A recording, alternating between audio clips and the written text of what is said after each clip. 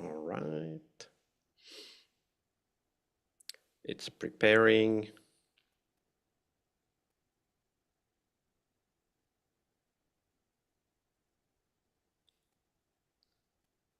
All right. That didn't hurt. And we are live. Very good. Well, we're here with Maryse Meinen while we're waiting for the top of the hour for everybody to join and bring their questions. So if you're already there watching us, don't forget that you can go to the chat window, which is to the right of the video on the desktop, and on the mobile phone, you just click the video and there will be a chat bubble popping up. And you can click that and be part of the conversation in the chat as well. Do send us your questions. If you're having any trouble sending a message, don't forget that you need to subscribe for at least 1 minute to be able to send questions. That is to avoid spam. So do click subscribe, and why not also click like and share this with your friends. It really helps the channel, and it helps people like you find this content as well. Maryse, welcome. Thank you, Vasco. I'm very happy to be here. I'm delighted that you invited me to come and chat with you, and I'm particularly happy that this is a live session. So you were already telling people they could put in questions. So please do, because that's what makes this fun, that it's a live session. Absolutely. I'm setting up the monitoring here so I can see the questions coming in.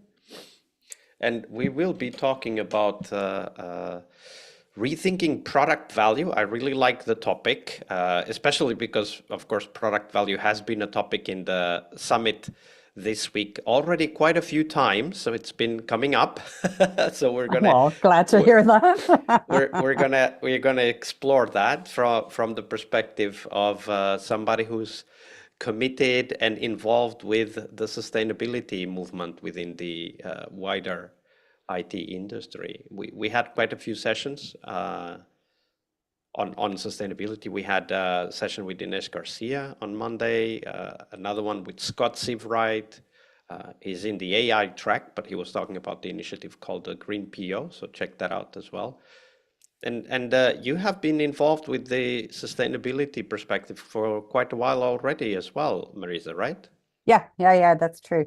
Yeah, I've been well, working on sustainability as a private person for quite a long time. As an example, I'm a vegetarian already for I don't know, 25 years. Things have gotten better over time, I have to tell you. And then at one point, I started thinking, well, I spent quite a lot of time at work, and as a product person, I have the honor of working with teams developing products. And then I thought, well, what if I start applying the sustainability principles I adhere to at home also at work? And that's been going on for a while now. And I've come a long way. It started off real small. Well, I guess it's still real small, but that's developed over time. And it's also developed in the, let's say, more strategic direction it's taking now. We'll talk about all of that in a second, because I Yeah. think the topic we have to explore is quite meaty. There's a lot of stuff there that Nice we need choice to. of words. Yes. I would maybe juicy would be a better Yeah, word for agreed. a vegetarian. So maybe we'll go with juicy for now. So it's a quite juicy topic, and I guess it's 2 minutes past the hour, and we have quite a few people watching already. So why don't we get started? So welcome all, welcome to this Product Owner Summit session with Maryse Meinen, our guest for today. She is a product person, agile and scrum practitioner, a stoic practitioner, a donut and circle economist. The donut thing I didn't know about, so that was new for me. And the growth protagonist. That rhymes, so it must be true, of course. So we'll dive into Maryse's session in just a second, but let me tell you about other sessions that we have here on the summit. We have, as I said a moment ago, Ines Garcia talking about how to, from a product owner perspective, how to contribute to the very ambitious goals that we have from the Paris Agreement. And you can check that out on our website, productownersummit.org. Scott Sivright in the AI track is also talking about the Green PO initiative. So check all of those out in the Product Owner Summit. .org website. But now, Maryse, turning to you, let's kick things off with a little bit of a personal story, maybe. How did you come to, start investing and developing your thoughts on this perspective that you're going to talk to us about today, and ultimately decided to go public and start talking about publicly how we can, maybe should look at product value?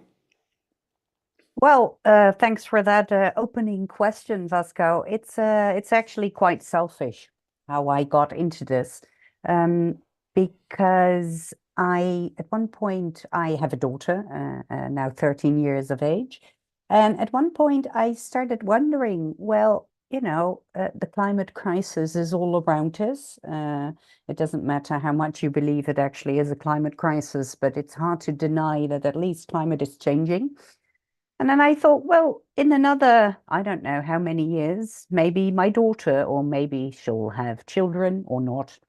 And then maybe the next generation that comes after her, or maybe she herself, will ask me, well, Mum, what actually did you do when this climate crisis was, well, appearing, was coming out? And then what did you do?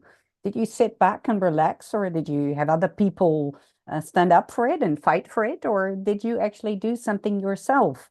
And so it's actually quite selfish that I started speaking up about it after I've invested time in learning more about it. It's just because I want a clean conscience. I want to do as much as I can so that if that question might come by my daughter or someone else from a later generation, I can at least say, well, I did my best. It's never enough, but at least I tried doing all I could. And small steps moving forward is how we get things moving, right? Yeah. I know that you are also a student of stoicism, and one of the basic ideas is that we should always be moving forward, right? Like not be trapped by the temptations, the anxieties, the fears that may sometimes trouble us. Yeah. And of course, we need to recognize that they are there, but we need to always be moving forward. Talking about moving forward, I mean, the topic you have for us is, I would say, even it affects us as product owners in a very wide sense, but it is quite specific, right? You're talking about rethinking product value. So what led you to come to that, let's say, fork on the road, and then take that path of thinking about and writing and communicating widely about product value and how it needs to change? Well, that's a good question, and let's dive down the rabbit hole. I come from a socialist family. I grew up in an environment where we'll talk about a more, let's say, social economic system was prevalent. It was often on the table. And now that well, it's a sort of fast forward quite a few years, and now working in product development, and also well, doing the courses with scrum.org, and diving into evidence-based management, which I really like, by the way, scientific way of looking at, well, how can you measure and progress when it comes to this value? I started thinking, with this socialist background I have, I use socialist, this is not a political talk, but I mean, it's a different kind of way of looking at things. And then bringing this to work, and I was suddenly starting to think, well, everything we do in evidence-based management, or everything we do in product management, is all around, well, value, but that value basically boils down to money. And it may appear differently. You may have metrics that are about, well, let's say customer satisfaction. But in reality, the customer satisfaction boils down to money. More customers, more subscriptions, more buying of products, or whatever the structure is you work in. So I started thinking, well, if everything is always about money, how can we ever change around the system, let's say the economic system, in focusing on other things. And it's not so easy because you can't just say to a product owner in a company that thrives on selling products, hey, you should just stop focusing on money. You can't, because that's the whole economic model we function in. So this is how I came to think about, well, as product people, we are in the position, we have the power, we have the capacity, the ability to start rethinking what we mean by value and move away from only the economic focus, but also on sustainability focus. Absolutely. Ines was talking about economic resources, natural resources, and of course our own people and the efforts that we put into the products. And I think that it's an interesting perspective that there are multiple, let's say, points of view into value, right? That value isn't defined only by one single metric. That could be revenues, for example. But you talk more about, or rather, your ideas also go into this concept of post-growth economic value. Now, for those of us who haven't yet, read a lot or even followed the whole post-growth perspective, and I would say also philosophical model that is for the philosophical and political model that is being discussed worldwide. Can you give us a quick intro? What is this idea of post-growth? Yes, absolutely. And actually, we're having the chat in the wrong order. Maybe we should have done this first to help our listeners. But I'm sure they're pretty smart, so it'll be fine. Yeah, so that's a really good question. I'm going to hold up a book. This is the book where, for me, it all started with the book "Less is More" from Jason Hickel. And actually, it comes back to what we talked about in your previous question, my socialist upbringing. The whole idea in our current economic system is that an economy thrives when there is economic growth. And I'm cutting corners here, but for the sake of the time we have, let's say that our current economic capitalist model is built on growth. If a country has economic growth, if the gross domestic product grows, then we say a country does well. Well, we're currently in a climate crisis, and we need to, change the system and not the climate. That's often signs you see up. We need system change, not climate change.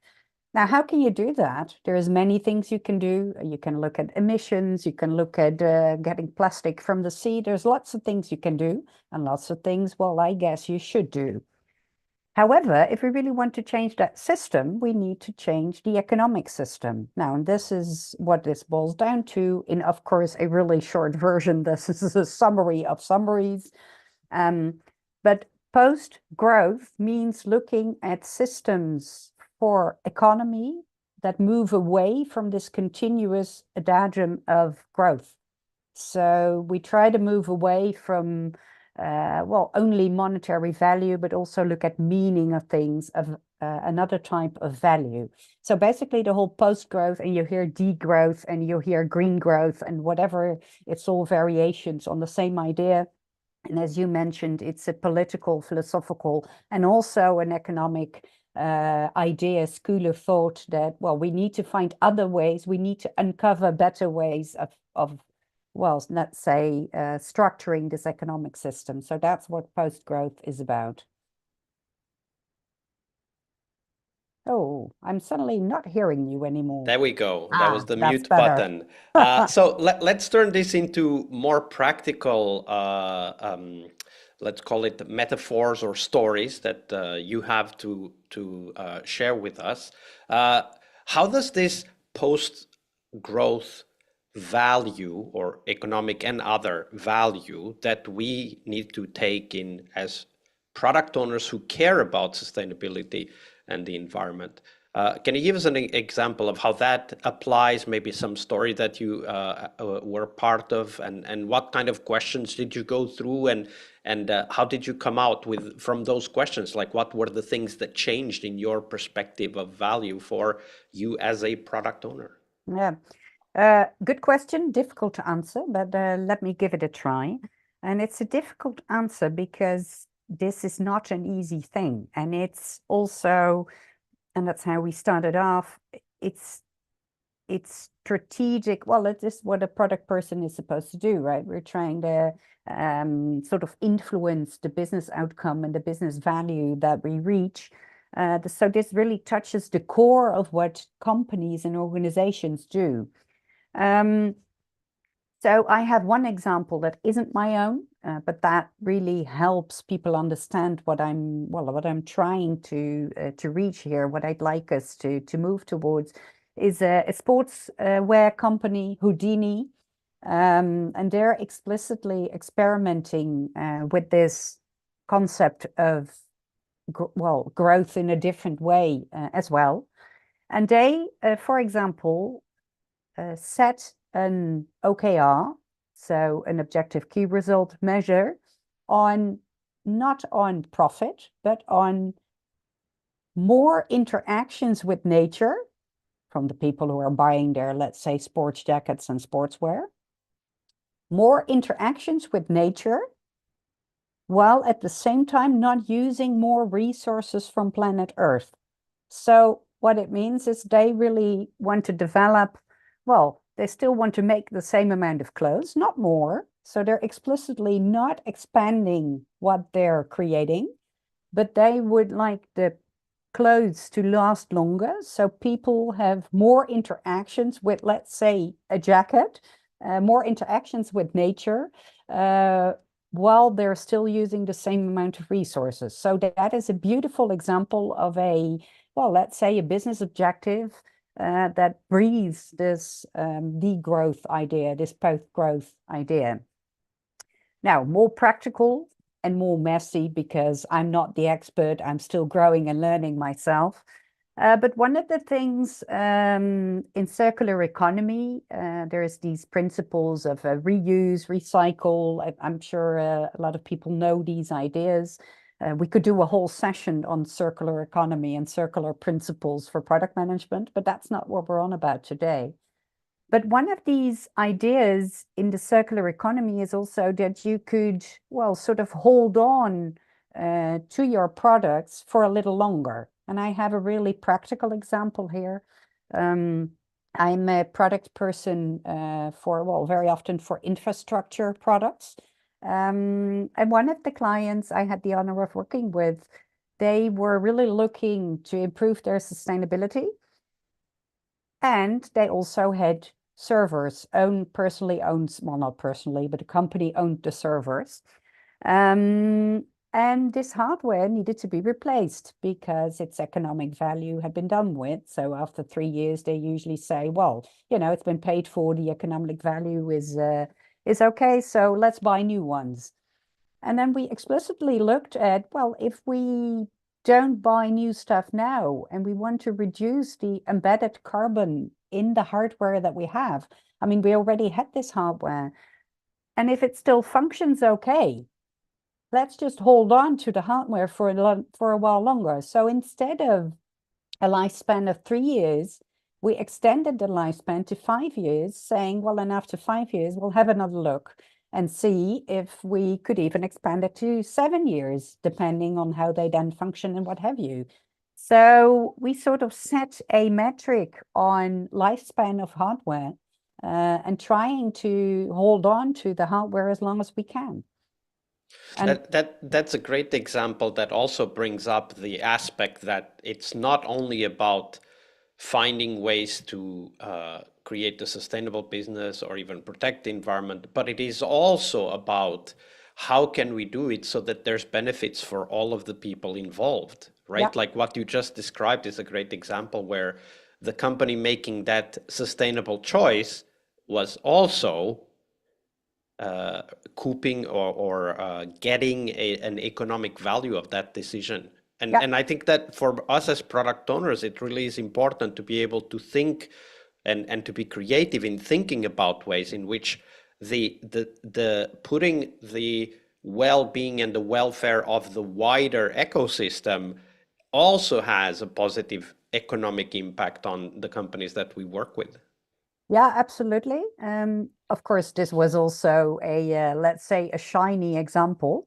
I thought that true, of course, on beforehand.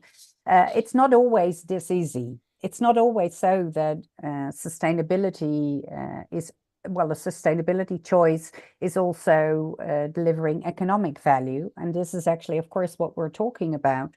That is why I say maybe we should have a fifth pillar in this evidence-based management framework, because sometimes it's not, well, an economically best solution to do something sustainably.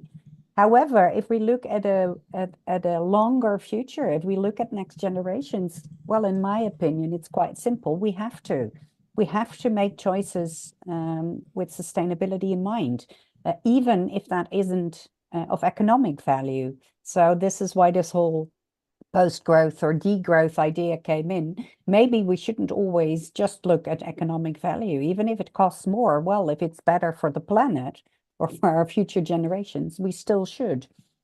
Let's keep on that metrics conversation, because that's also a very interesting aspect of the framework, the approach that you are describing. So of course we know the traditional metrics, right? Like number of users, number of units sold, revenue per average revenue per user, lifetime value, like all of those metrics are present in our mind, and we work with those on a day-to-day basis. But you also said maybe EBM needs a fifth pillar and a fifth type of metric. So what other dimensions of value do you consider essential when evaluating a product's impact or a decision for a product? Well, that is actually it's nice if people do watch your conversation with Ines, because there is the Sustainable Development Goal framework from the United Nations, and actually I think this framework provides us with potential values in a product that have nothing to do with realized or unrealized value or current value, nothing with the economic aspects of value that we look at often in our product development. But then you really look at value from a sustainability perspective. And now there is this definition of sustainability. I never know what to answer if people ask me about sustainability. But there is this definition by the Brundtland Commission from the United Nations already from 1987, but I think it still stands. And that has to do with exactly how we started off our conversation. It's meeting our current needs while not impeding the needs of future generations. So it really is as if you invite, well, future generations or maybe planet Earth to sit at the table, to lean in at the table. So you're looking at value in a far longer perspective than we usually do. It's the mute button again, Pascal. Yes. So how have you been able to introduce these ideas to the people and the teams and the organizations that you work with? Because I imagine that the conversations aren't necessarily, let's call them a no-brainer, right? Like there's a lot of there's also some depth in this perspective that Yeah. doesn't necessarily jump to our eyes or our ears in the first conversation. So how have you been able to bring up these topics in the assignments that you've had? I think there's a few dimensions to this answer. There is something that every one of us, we're all involved in change making. And what we all do is always look for the first loose thread in this yarn, in this wool. We first look for something that we can work with. And of course, the example I just gave about extending the lifespan of hardware is an easy example where you can combine economic value with sustainability value. So that is an easy first step to start working with. And I think as change makers, we all do that. We search where the energy flows, and then we hop onto that, we tap into that. And that is definitely something you need to do here too. What I also always do, and that's a no-brainer for your smart listeners, for our smart listeners today. I look for leaders that really are passionate about the topic. I used to work with a company where the CIO was really personally, also because this person had 4 daughters, he was very worried about the next generation and how we leave the planet behind for them. But he was very personally passionate about this topic, and that really makes a difference. So sometimes I find the easy, well, what we would say the low-hanging fruit. That's an easy step to work with. And then, of course, if there is leadership buy-in, that really helps a tremendous lot as well. And I also think this is well, as you say, this is not an easy to digest topic, and you can't just walk into the board and say, oh, well, what if we stop making profit and just move to prosperity? What if we stop making money? Well, you could, but I don't think that's a very sustainable effort either. So it's also an effort of bringing it to the table often, coming back to it, finding ways, well, not being successful and then coming back to it. And the last dimension to my answer is that what really helps, and that the people attending this session will also know, is very often what really helps is not calling it degrowth or not talking about value or economic value, but just bringing it in, infusing it in what you're doing already anyway. The example of the servers I've mentioned a few times now. It started off simply by saying, well, maybe we can just hang on to the servers for a while. The first time I introduced it to the leadership, we didn't even mention economic value or any other value or embedded carbon or nothing like that. We just said, well, maybe we just don't need to replace it right now. It was very simple. And then in the next iterations, we started adding other reasons and building more of a case around it. But maybe some things, you don't have to make them all that big or blow them up, but just make it small and keep it small and don't make it such a big thing. And that makes it easier to digest as well. One of the things that I really like about this approach is that it invites us as product owners to think about value in a much wider sense than the immediate economic value of the sales or the user acquisition or lead acquisition, whatever that may be that is being used as a metric. But rather it asks us to think about how does this product contribute to something a little bit wider than itself. Yeah. Right, and of course we talk about the embedded carbon, as you just mentioned in the server example, but there's so many other examples. When you talk to the teams, like what do you think are the examples of these other types of value that most resonate in your experience? Well, I think what we started off with that I said, well, I have sort of personal purpose, so that's really selfish because, I want to live a good life. I want to have a clean conscience. And well, especially in the Netherlands, there's a writer who's now brought out a book on moral ambition, Rutger Bregman. I think it's translated even into English, but I wouldn't know the title, I'll have to admit. But moral ambition and the fact that people want to do the right thing, and that's, of course, being a Stoic practitioner, I really believe most of the time, really want to do the right thing. And tapping into this moral ambition in teams is actually not as difficult as it sounds. So actually, let me put it this way, selling it to the teams is not so difficult. It becomes difficult if you, well, go to the people who do the balance sheets or who only look at the economic value.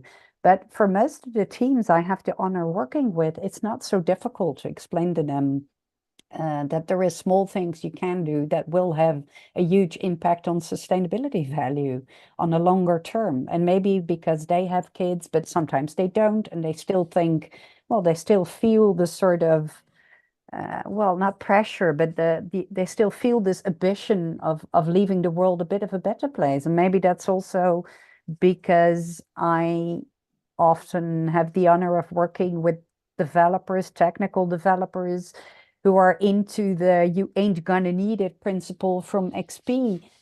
So maybe they're already they have it sort of embedded, personally embedded, that they want to leave it cleaner than how they found it. I mean, it goes for their code, but maybe it also goes for the planet.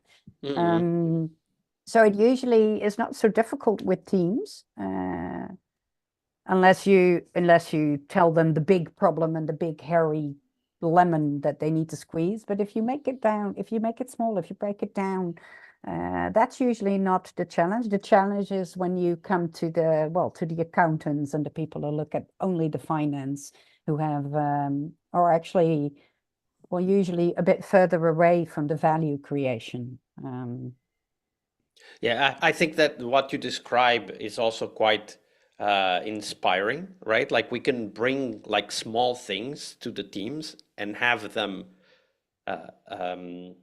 show their potential, their commitment, and their interest in working on those small things. I mean, one very small thing that we can all contribute to is continue to make our products work in older hardware, right? Yeah, Like yeah, don't use the slow performance libraries that yeah, just make the UI look slightly better, but rather keep the older libraries that allow the product to work in older hardware. And I yeah, think this is very close to me. I mean, I used to work in a mobile phone company, and performance and battery usage was always a topic for us. And yeah, it still is. yeah, Nearly 15 years on, it still is as important as it was back then.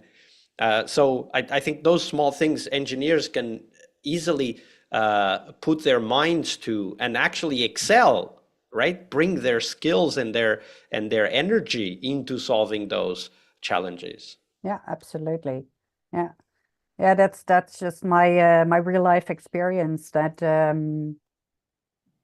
well, I'd say any good developer likes a challenge of this sort. So that is really well, sometimes it's big challenges, as you just mentioned. And usually there's so many smart developers, they'll find ways. Whether it is in storage, in hardware, in usage, in how you divide cloud usage, strategies for cloud enablement. So they find solutions. That is really, I fully trust the people I get to work with. So that is, yeah, challenging yet doable. Absolutely. And if we work with them as product owners, I'm pretty sure they can come up with challenges that they want to solve that also have an impact on this wider framework for defining value. Maryse, we're getting close to the end, but this is a very interesting topic, but also a very deep topic that does require some understanding and study on our part to be able to bring what our potential is into it. So if you would recommend a book, a video, a podcast, or blog post, whatever that is, a resource that would help our viewers to dive deeper into the topic and learn more about it, what would that be?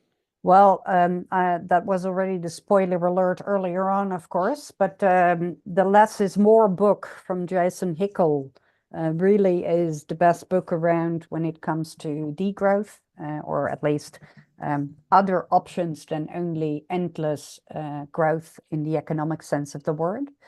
And another book, I'm a reader. You knew that, didn't you, Vasco? I'm a reader. This is just a very nice book. The Carbon Footprint of Everything. And I'd recommend it because it's also a fun book. It used to be the earlier edition of the book is something with bananas. How bad are bananas? How And Bad Are actually, Bananas? I remember yes, that book. Yes, yes. exactly, exactly. So that book, this is a newer edition apparently. I usually buy ebooks because there is less of a carbon footprint. And then some books I find so good, I want to actually have them and touch them. So these are the two books I actually got in print. And this is a book I'd also recommend because it also dives into, well, let's say our IT industry and what actually the impact of our IT industry is. Because we often talk about aviation and that flying is so terribly bad for the environment. By the way, it is. If you don't have to fly, don't do it. Um, However, our IT industry, especially with AI, as you talked about with Scott the other day, of course, is a huge threat. It's a huge opportunity, but it's also a huge threat for sustainability. And what this book does is it shows us all kinds of things and how big the carbon emission is. But mostly it's not, you don't look up the stats and see, oh, how bad is it? But it helps you think about why things are worse than other things. So it will make you realize why, especially in the IT industry, developers and product people need to be really aware of what they're doing. Their impact is huge. And as Scott and Patrick and Joanna once put in my head, the whole idea is, well, product people might just be able to save the planet one product feature at a time. So this book will really help you think about why some things are worse than others and why other things could be better solutions. So these two books I'd recommend, Vasco. Absolutely. And we'll put a link in the video description below. So do check them out. They're not there yet, but they will be soon. Maryse, thank you very much for being here. Where can people find out more about you and the work that you're doing? Well, first of all, thank you for indulging with my rant about degrowth and my my ideas of the fifth pillar of the EBM. I try to reduce my own digital footprint, so I'm hardly anywhere, but I am on LinkedIn with my first and my last name. You can find my profile on LinkedIn, so people can reach out and then contact me if they would feel so inclined. Absolutely. We'll put the link to that page also in the description below. Um, it is close to the end, but I wouldn't want to live without asking you, what's one last parting word of advice that you have for our viewers? Hmm. That's nice that you give me the opportunity to say last words. That sounds very terrible. Um, no, we were talking about Stoic philosophy. Stoic philosophy is also a practical philosophy. They try to be people right in the middle. Well, in Rome's Forum a few thousand years ago, they try to be people living in reality in our real world. And what Marcus Aurelius, the philosopher king, always said is, let's stop talking about how to be a good person, just be one. So if I have last parting words for this session, it would be just start small and do things. Start making a difference. Start making a difference. Exactly. Great words. Thank you for that. Thank you for the inspiring session.